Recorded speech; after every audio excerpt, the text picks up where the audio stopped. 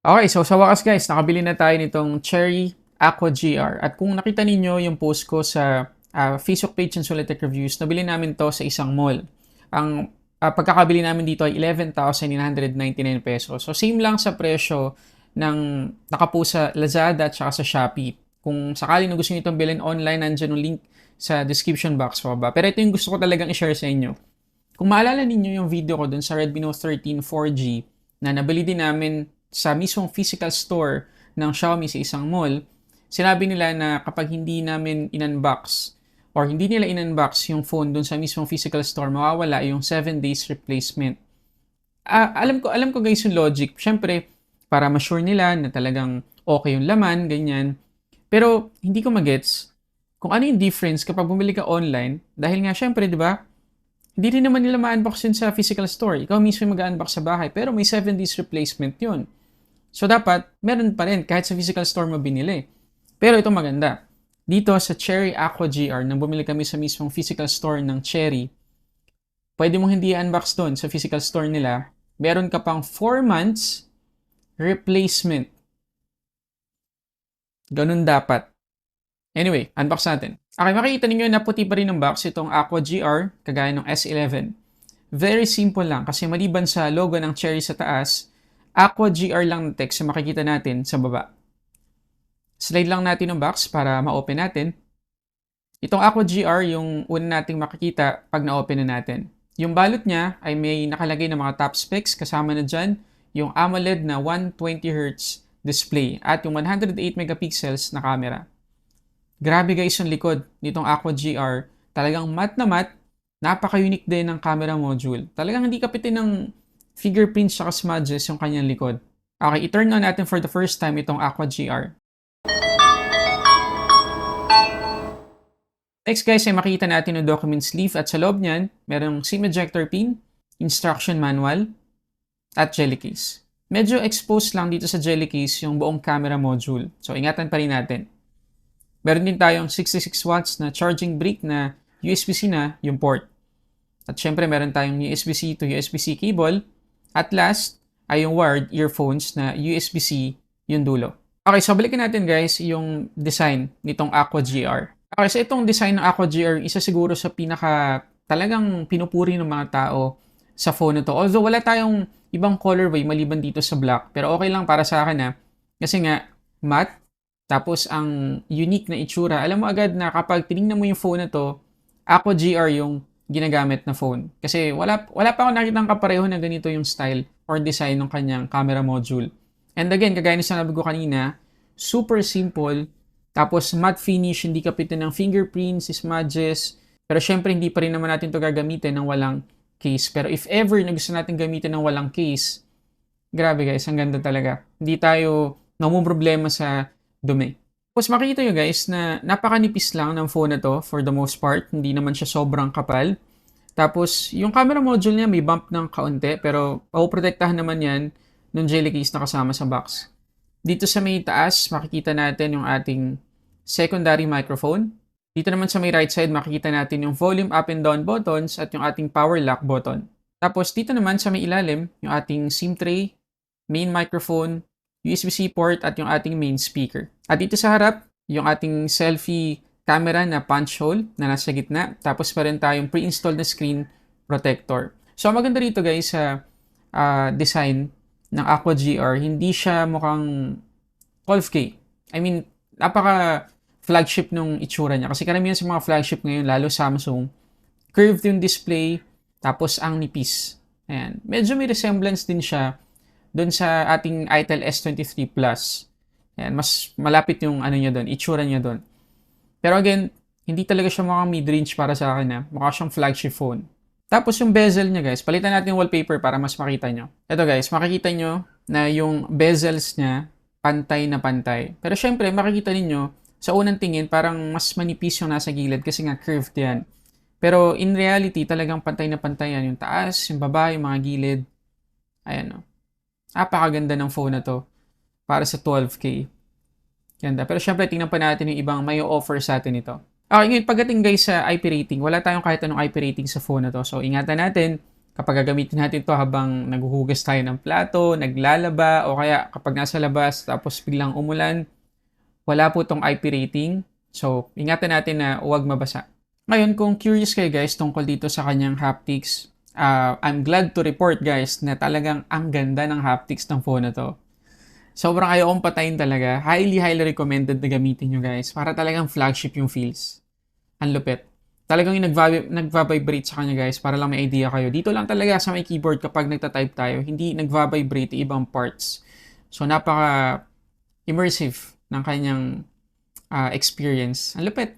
Huwag niyong patayin guys, gamitin niyo yung kanyang haptics. Medyo nakakalungkot lang guys na yung speaker natin dito sa Aqua GRI isa lang, yun nandito sa ilalim. So hindi ganun ka-immersive yung tunog niya. Although, okay naman sa akin yung max volume, di naman ako nabitin, hindi naman flat yung tunog, may depth naman kahit papano. So okay naman yung quality. Pero para sa 12,000 pesos na phone, dapat stereo speaker sa tayo. Merong mga phone na less than 8K, less than 10,000, stereo speakers na. Pero ito single lang. Pagdating sa display guys, kagaya nung nakita natin sa kanyang balot kanina, meron tayong 6.8 inches Full HD Plus AMOLED display na merong 120Hz na max refresh rate. Okay, wala na ibang sinabit na specs yung Cherry, lalo na kung titingnan natin ng website. Pero kung pagbabasehin natin guys, yung nakikita natin ngayon, pagdating sa kulay, goods na goods, ang ganda, vibrant talaga, napaka-accurate ng kulay. Yun nga lang, curve tayo guys. Curve yung display natin. Mabuti na lang talaga may screen protector so hindi tayo mga problema.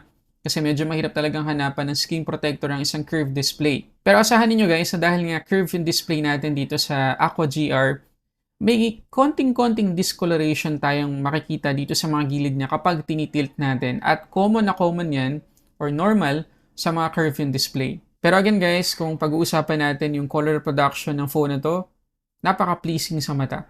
Alam nyo kung ano yung hindi pleasing dito sa Aqua GR display. Yung kanyang Widevine Security Level, Level 3. Hindi tayo makakapag-play ng HD content sa mga streaming services kagaya ng Netflix. So, para sa isang 12K na phone, medyo ang laking downside nun. Pakita ko sa inyo yung proof para magka-idea kayo. Ito guys, dito sa DRM info, makikita ninyo, ayan yung kanyang Security Level, Level 3. Dito naman sa Netflix application, makikita ninyo yung ating max playback resolution, standard definition lang. At ulitin ko, yun yung medyo malaki-laking downside sa phone na to kasi nga 12K. Ang ganda ng display AMOLED tapos curve 120Hz. Napaka-perfect sana para sa media consumption pero medyo nabigo tayo doon. Pero maganda naman guys, kapag pinuntahan natin yung display settings, medyo madami tayong magagawa sa display nitong phone na to. Halimbawa, meron tayong color mode and temperature dito. So meron tayong dalawang presets. Pwede rin nating matimpla yung ating color temperature dito sa may bandang baba. Pwede nating i-vivid pa kung gusto nating mag-pop yung kulay. Normal naman kung mas natural yung kulay niya. Meron din tayong edge lighting dito guys kapag meron tayong notification. So mag-ilaw yung kanyang edge. Ayan, so ting makakatanggap tayo ng messages, ng chat. Meron din tayong notification light dun sa may likod. Napansin ko lang na yung kanyang light dun sa likod ay hindi ganun kapantay yung ilaw sa palibot ng kanyang camera. Pagdating naman sa screen refresh rate setting, meron tayong tatlong option. Dynamic, so ibig sabihin from 120 dapat bababa siya to 60Hz. Kung high naman, nakalock lang siya to 120Hz. At standard, syempre, nakalock to 60Hz. So tingnan natin yung behavior niya. Okay, so makita nyo ngayon dito sa bandang itaas na, ayan, naka-ano tayo, 120, naka-dynamic tayo. So kapag tinatouch natin yung display or may activity, ayan, 120Hz. Pero kapag binitawan natin, ang bilis guys, nakita nyo naman, bababa siya agad to 60. Ulitin natin touch natin, bitaw, 60. Yan. Medyo mabilis siyang bumaba. So makakatipid tayo sa battery dito. At mati ko na makalimutan guys, pagdating sa biometrics, in-display fingerprint scanner meron tayo dito. So test natin kung okay. Okay, so again guys, disclaimer, didepende to sa kung paano tayo nag-register dito sa phone. Ayan. So sa akin naman, 90% of the time ay na-unlock naman yung display gamit yung aking fingerprint na niregister dito. So, para sa akin, reliable naman. At di rin naman ganun kalala yung kanyang animation. Actually, parang wala eh. Tingnan nyo. Yan, basta mag-unlock lang siya, di ba? Walang fade out or fade in na animation. Ngayon, pagdating sa peak brightness, makikita ninyo na kahit nasa labas tayo ng bahay at tirik na tirik yung araw, kitang-kita pa rin natin yung display. So, okay na okay to kahit outdoor tayo. Ngayon, pagdating naman guys sa performance, naka-Android 13 na tayo dito out of the box. MediaTek Dimensity 750 or 7050 yung kanyang chipset. 256GB, UFS 2.2 yung kanyang storage at 8GB LPDDR4X yung kanyang RAM. Okay, para lang aware tayo, yung Dimensity 7050 na chipset nitong Aqua GRi 5G na. So makikita ninyo, nagsalpak ako dito ng 5G SIM. Ayan, 5G agad yung ating connectivity. Test natin yung kanyang data. Siyempre guys, mag-vary ito sa lugar kung nasan tayo. Pero dito sa amin, usually nakakaano ako kapag naka-data ako dito, 50 Mbps sa iPhone. Ayan. So okay lang naman, average naman, 38 Mbps, pwedeng-pwede na. So again, 5G connectivity tayo dito sa Aqua GR. At yung kanyang SIM tray ay dual SIM lang. Ayan, meron tayong SIM 1 tsaka SIM 2 sa kabila pero hindi tayo makakapagsalpak ng microSD card. Ngayon guys, by default, kapag nasetup na natin itong Cherry Aqua GR, meron tayong memory extension or virtual RAM up to 8GB. So, parang meron tayong 16GB na total. Pero again, yung kanyang physical RAM ay 8GB lang. So, tingnan natin yung Antutu score kapag naka-on yung kanyang virtual RAM at kapag naka-off naman. Okay, ito guys yung Antutu score natin kapag naka-on yung kanyang virtual RAM. 562,869. Not bad. Impressive yan kasi more than 500,000 yung nakuha nating score. Pero check natin kung mag-i-improve kapag in-off natin yung virtual RAM. Ito guys, naging 570,182. So malaki-laki yung na-boost sa performance kapag naka-off yung kanyang virtual RAM. So kuha ko sa inyo, kung sapat naman ni 8GB, wag nyo nang i-on yung virtual RAM. Ngayon, kung pag-uusapan natin guys yung thermals, dito sa wildlife stress test, makikita ninyo na from 36 degrees, maganda-ganda yung starting natin, umabot siya ng 41 degrees. So, ang laki nung ginap sa temperature. So, again, hinay-hinay lang tayo sa phone na to guys. Medyo powerful kahit papano yung Dimensity 7050. So, makakapag-produce siya ng alarming heat kung aabusuhin natin yung phone na to. Pero pagdating sa battery consumption, 6% naman yung nabawas sa kanya after yung test. So, tingnan natin yung SOT na nakuha natin sa PCMark maya-maya. Okay, so test natin siya ngayon dito sa Asphalt 9. So makikita ninyo na yung setting natin ay naka 60 FPS na gameplay tapos naka-high yung quality. So tingnan natin kung ma-generate niya lahat ng graphics. Okay, so happy to report guys na lahat ng graphics na generate ng phone na to. Yung motion blur, lahat guys, oh, ganda. Tapos wala tayong frame drops, walang struggle whatsoever. Talagang napaka-smooth ng gameplay natin dito sa Aqua GR. So pagdating sa mabibigat na graphics na game, maasahan natin tong phone na to. Pero try pa rin natin siya sa iba. Okay, so dito guys, sa kanyang graphics quality or graphics settings, makikita natin na halos lahat pwede nating isagad. Ang galing oh. Naka-super tayo. Ayan oh. Tapos yung iba, naka-ultra pero dito high lang sa spectators quality or yung audience yata yan. Pero yun, the rest, talagang sagad tayo. So, tingnan natin kung kakayanin niya. Okay. So, pagdating sa feels, guys, definitely wala tayong kahit anong struggle na mararamdaman dito sa Aqua GR. Kahit nakasagad yung graphic settings natin dito.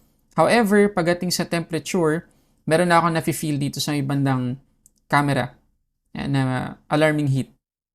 So, talagang medyo madaling uminit yung phone na to. So, ingat-ingat pa rin tayo. So guys, pagdating sa performance, wala tayong problema dito sa phone na to. Kung gusto natin mag-games dito, pwedeng-pwede. Yun nga lang, yung thermals niya, ang medyo kailangan pa ng optimization. Pagdating sa side ng Cherry, siguro kailangan sila magpadala ng software update para kahit papaano ma-fix yung alarming heat na napoproduce ng phone nito sa mabibigat na application at games. O kaya naman, pwede tayong bumili ng mga cooler na nilalagay sa likod ng phone kapag mag-games tayo. Ngayon guys, pagdating sa kanyang camera, meron tayong 50 megapixels na main camera, 8 megapixels na ultra-wide, 2 megapixels na depth sensor, at 16 megapixels na selfie camera. Okay, before kayo mag-comment sa baba na akala ko ba 108 megapixels? Yes, meron siyang 108 megapixels na mode kapag magte-take tayo ng pictures para sa highest quality possible. Pero yung kanyang mismong camera ay 50 megapixels lang talaga. Okay, so ito guys, para magkaroon kayo ng idea, ayan o. Sa kanyang camera application, meron tayong 108 megapixels na mode. Ngayon, pagdating sa video guys, kaya nitong mag-shoot ng hanggang 4K video recording. Ayan guys, so, pwedeng 4K, 2K, Full HD, tsaka 720p. Yung kanyang selfie naman ay kayang mag-shoot ng hanggang 1080p video recording. So tingnan natin yung mga sample photos at videos. Okay, so una natin pag-usapan itong selfie video nitong Aqua GR. So again, 1080p, yung pinakasagad na pwede nating ma-record dito sa kanyang selfie camera. At yung quality, medyo sa akin, medyo kulang. Yun siguro yung na-feel ko nung nakita ko yung quality. And wala din tayong kahit anong stabilization, kaya makikita ninyo na talagang maalog tayo kapag ginamit natin yung selfie video habang naglalakad. Ngayon, pagdating naman dun sa photos, kuha dun sa kanyang rear camera or dun sa 108 megapixels, ang napansin ko lang medyo paputla yung kulay, hindi ganun ka-vibrant. Pag tinignan mo yung photos dito sa display ng phone, vibrant naman. Pero yung actual photos, kapag tinignan mo na sa PC mo, mapansin mo talaga na hindi ganun ka-vibrant, maputla talaga siya. Actually, kung titingnan ninyo side by side yung ultra-wide at saka yung 1x photo niya, makikita nyo na mas vibrant pa yung kulay ng ultra-wide. So, hindi pantay yung kulay ng dalawa. Pero pagdating sa sharpness, okay naman, wala tayong problema. Tapos, pagdating naman sa video recording, kung gusto nating ma-EIS or Electronic Image Stabilization, yung 2K, yung isaset natin na video quality or video resolution. So, mas stable siya. Pero kapag gusto nating 4K sagad yung quality, wala tayong kahit anong stabilization. So, alin lang dun. Pagdating naman sa quality ng kanyang 4K video, okay naman. Saktuhan lang din. Pero ayun nga, maalog siya. Meron din naman tayong depth of field kahit papano. So, okay na din para sa presyo niya. Yun lang talagang yung photos lang, kailangan pa nating i-edit para boost yung kulay. Pero by default, medyo maputla talaga. Okay, so dito naman tayo sa kanyang battery. So meron tayo ditong 4,700 mAh na capacity at capable sa 66 watts na fast charging. Okay, dito muna tayo sa charging speed niya. So again guys, 66 watts yung speed ng charging nito. So charge ko siya from 19 to 100%, 33 minutes lang yung inabot. So talagang mabilis. So parang lang tayo nun, nagbihis, ganyan, naligo, nagbihis, or kumain, pagbalik natin, fully charged na ulit yung phone na to. Pero, tingnan nyo SOT. So, nakakuha lang tayo dito guys ng 10 hours and 52 minutes. So, medyo matakaw sa battery yung kanyang chipset. Medyo aggressive talaga. At para lang sa kaalaman ng lahat, yung kanyang setting nung niran ko yung PC Mark ay 50% brightness, naka-dynamic yung ating refresh rate, at nakapatay yung kanyang memory extension. So, yun yung siguro typical na magiging setting natin. Pero kita nyo naman, almost 11 hours lang yung nakuha natin. So again guys, kailangan talagang magpadala ang Cherry ng update dito sa kanilang Aqua GR para ma-fix yung ilang issues. Ulitin ko, yung thermals at saka itong SOT or battery life. Tingnan nyo yung date ng kanyang security. Ito guys, so makikita nyo na October 5, 2023 pa rin yung kanyang security update. And again, Android 13 pa rin tayo dito, so medyo outdated na. Pero if ever sana, mas maganda kung updated din yung kanyang security update man lang. So, kailangan talaga ng software update dito sa phone na to. And mula nung sinetup ko siya nung binili namin, wala pa ako nare-receive na auto update. Okay guys, so anong verdict natin dito sa Cherry Aqua GR based dun sa mga napag-usapan natin? Comment kayo dyan sa baba kung bibili nyo ba to o hindi at bakit. Kung ako naman yung tatanungin nyo. Para sa akin, itong Aqua GR, para siya dun sa mga user na gusto ng magandang performance para sa isang 12,000 pesos na phone. Ang ganda ng Antutu score na nakuha natin. Pwedeng-pwede siya sa mabibigat na games. Kung sakali man gusto nating mag-edit dito ng video, halimbawa sa CapCut, ganyan, pwedeng-pwede hindi tayo mahihirapan. Tapos kung gusto rin natin ng phone na maganda na yung performance, maganda pa yung kanyang camera, okay din i-consider itong Aqua GR. At kung gusto natin ng phone na maganda rin yung display, 120Hz AMOLED, okay din tong phone na to. Pero kung ikaw yung user na madalas, media consumption talaga ginagawa sa phone, nanonood tayo ng mga movies, TV series sa mga streaming services, madidisappoint tayo dito sa Aqua GR kasi wala siyang Widevine Security Level 1. Level 3 lang po yung meron tayo dito. So, standard definition lang yung papiplay natin. So, para sa akin guys, yung 120Hz AMOLED display nitong Aqua GR ay medyo useless sa streaming services. So, in short guys, itong Aqua GR ay para doon sa mga user na gusto ng mabilis na phone at magandang display na hindi pang media consumption. So yun muna guys, kung meron pa kayong tanong, comment lang kayo dyan sa baba. At para sa samot-saring unboxing and reviews, this is Sulit Tech Reviews.